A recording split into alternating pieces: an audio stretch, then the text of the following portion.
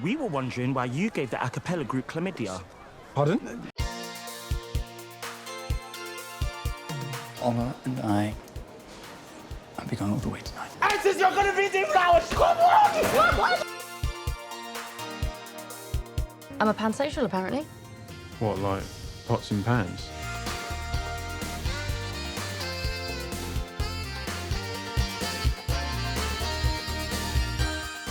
I'm very lucky to be part of a very open-minded family, so I feel like I was quite lucky, and it wasn't like a regularly talked about topic of conversation, but I was always, if I ever had any questions in my life, I knew that I had people to talk about it with. I think I was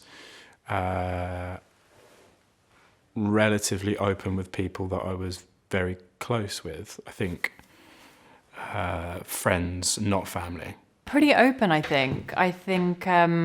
I've always been quite open about talking about it because I think as a young girl, it's such a shameful subject. The way that sex education was taught in my school, it just wasn't very good, and sex was this scary, terrible thing. For girls, it was a scary, terrible thing, and we weren't taught about our own pleasure. So now I think that I've always been like a lot more open to talking about it and having honest conversations about it.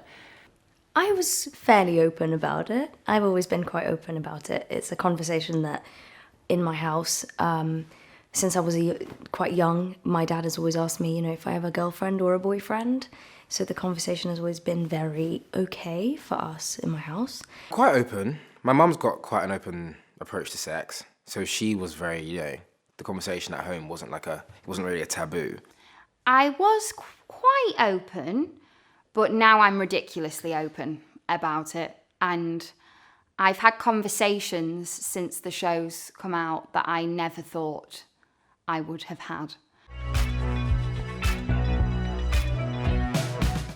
I hope so. Of course, she started from me, I guess, in a sense, and she's found her own journey now. She's very open and direct, and I love that about her. I've got quite a close connection with my mum. I think that was probably the thing that I can share with Jackson. And she wants me to do well. I was a prefect, wasn't a head boy. I was a prefect. Yeah.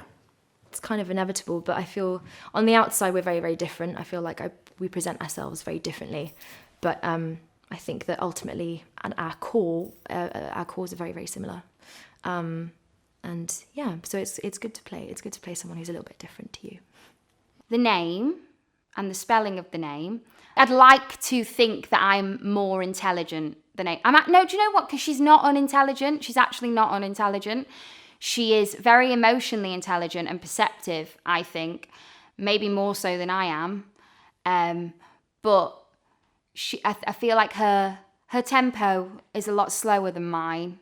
There were, when I was growing up, when I was a kid, I think the need to lash out on everyone around me was very prominent when I was a child, or a teenager, because I thought that I was owed things because of my childhood or whatever, or traumas that I had faced meant that I felt like I could act in a certain way. If you always keep people at arm's length, then you never can be hurt. So I definitely struggled with that a lot when I was a kid, and sometimes now. So many similarities that it's probably a bit scary. We're both outsiders. I think I've always been a bit of an outsider, probably a bit weird to people on the outside. I relate to the fact that she kind of does her own thing, and she's not really part of any kind of clique. I actually found the most awkward scenes the ones where I didn't know what I was doing, because I'm quite dyspraxic. I'm really bad with coordination and stuff. But when it was stuff like, okay, so you're going to lean for the crisp, then you're going to eat the crisp, and then you're going to pick up 2 cups. It's continuity. That's what gets me. When they come over and go, you actually were using your left hand to pick that cup up in the last one, and you actually leant on the door when you said hi, not when you said, how are you?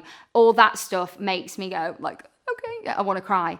This isn't a cop-out, but I can't really think of any really being awkward because we just all had such a good time doing the show, and we were always in a safe environment, and it was never... And I never felt embarrassed or unsafe or awkward with anyone. Where I try and have sex with Eric, because that was my first day on the job. I was like, hi everyone, here are my tits. So, last week we were doing Romeo and Juliet, the musical, and I had to wear the maddest costume that Tanya, Lily, designs. Silver leggings, these like silver shorts, this jacket, this cape, this crazy costume on this massive like penis-shaped stage. That was quite fun. I guess just like the first scenes I did, because it was just really nerve-wracking last year. So it was always, I think, just like being on set for the first time and being surrounded by all these people. I was like, what the f*** is going on? So that was awkward. Yeah, I think so. I think quite a few of them. I think because the characters are so real and relatable. So I think a lot of us have found a lot of the storylines very, very relatable to ourselves. I identify with every one of them. Like there's moments in the series where even like Adam Groff, I'm like that kind of feel the need, like the pushing people away, or Eric with like trying to persevere with this, with being himself. But all of them ring true in some way to me. With Adam's story in particular and his struggle with his father, struggled with my relationship with my dad for a long time, and stories like that always really hit a soft place for me whenever I see anything to do with even if it's situations, for example, like Tanya's character Lily is going through vaginismus, and you know she kind of has a problem with that. I don't have that, but I can relate to that. We all kind of struggle through various situations that quite a lot of the characters go through. I think just coming into yourself is something that we can all share, regardless of age, really, or gender, or race. So, yeah, I think we've started some good conversations with this series and last series. How to communicate with other people about sex. Yeah. I've learned that if you dedicate yourself to something, you can more or less wing it. I wasn't as good as a swimmer as I think I achieved last series, but I trained really hard. Thought it was all right. Just believing in yourself and like believing that you have the right to be where you are and do what you do, and be confident in what you're doing. Biggest piece of advice that I would give is that it's just growing up is a journey, and all the pain and struggles that you have don't last forever, and it's all a lesson to be learnt. Not to have sex with someone because you want their love back. So many people, not just women, have sex for the wrong reasons. They have sex because they want to be close to someone, or because they want to be liked, or because they want to be popular. Because it's great. Because it's great.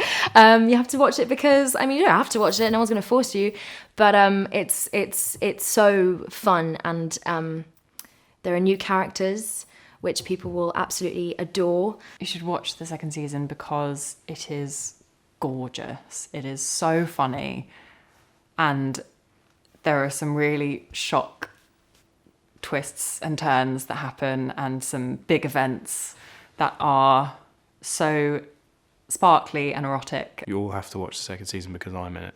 It's going to be bigger than ever, better than the last, funnier, more sad, more emotional, and it's going to be amazing. Because if you liked the first season, it goes even more, it goes even deeper. Gone, like, so deep. So deep. So deep. Because how good was the first season? Why would you not want to watch the second one when the first was amazing?